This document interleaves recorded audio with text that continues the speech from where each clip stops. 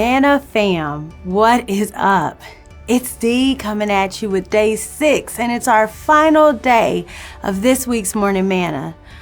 We have been discussing the importance of self-care in order to love your neighbor as you love yourself and ways to accomplish it. I want to end this week with a conclusion, a final thought, if you will, and it's short, simple, and straight to the point. Self-care doesn't have to be, nor is it meant to be selfish. However, it can be. We live in a society of entitlement, a time where everyone thinks that they deserve things that they really just want.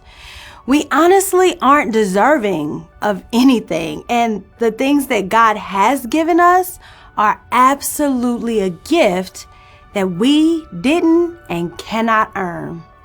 So I don't want you to think for 1 second that this devotional time has anything to do with you and what you deserve. It's more about you and what God has called you to, which is simply to love your neighbor as you love yourself. Yet that will be so difficult to do if you aren't loving yourself. That is what makes self-care selfless. It's your motive behind it, your heart. If your motive is wrapped and warped into self-care because you deserve it, then yes, that is so selfish.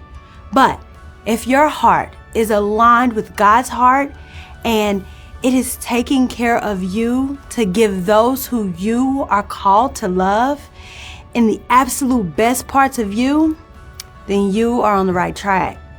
Those who know me know that I have what I like to call D-Day. It's my Sabbath, so to speak. Since I'm in full-time ministry, my Sundays are surrounded with serving others. So I make sure I take my time with God and my self-care on Fridays. It's perfect because Friday is my day off. Also, my husband is working and my children are in school, so they don't even notice me doing work towards self-care. The only reason I started D-Day was because I did not feel like I was loving any of them or others around me well. And it was because I hadn't truly loved myself. So now I carve out that time to spend with my father. Of course, this also happens every other day of the week as well. But I also take time to love myself. That looks like spa, nail treatments, scrapbooking, resting, mental and physical health care appointments, and boundaries are set. How? Because my loved ones know and understand that this day is set aside for me. So no one is asking anything of me. Unless, of course, we're doing a D-Day Friends Edition. Listen, all of that to say, you may not be able to take a day every week.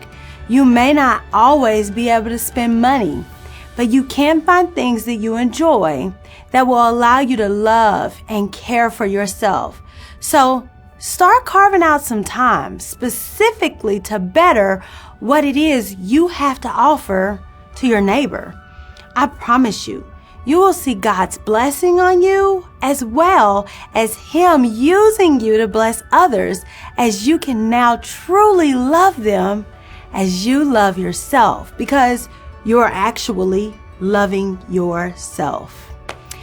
Well, Manna family, that is all I have for this week, and it was a pleasure to share this important biblical concept with you. I pray that you walk away this week with a heart that is ready to do what it takes to love your neighbors. After all, you are called to it. Join us here next week for a new Morning Manna devotional. Love you. Dee out.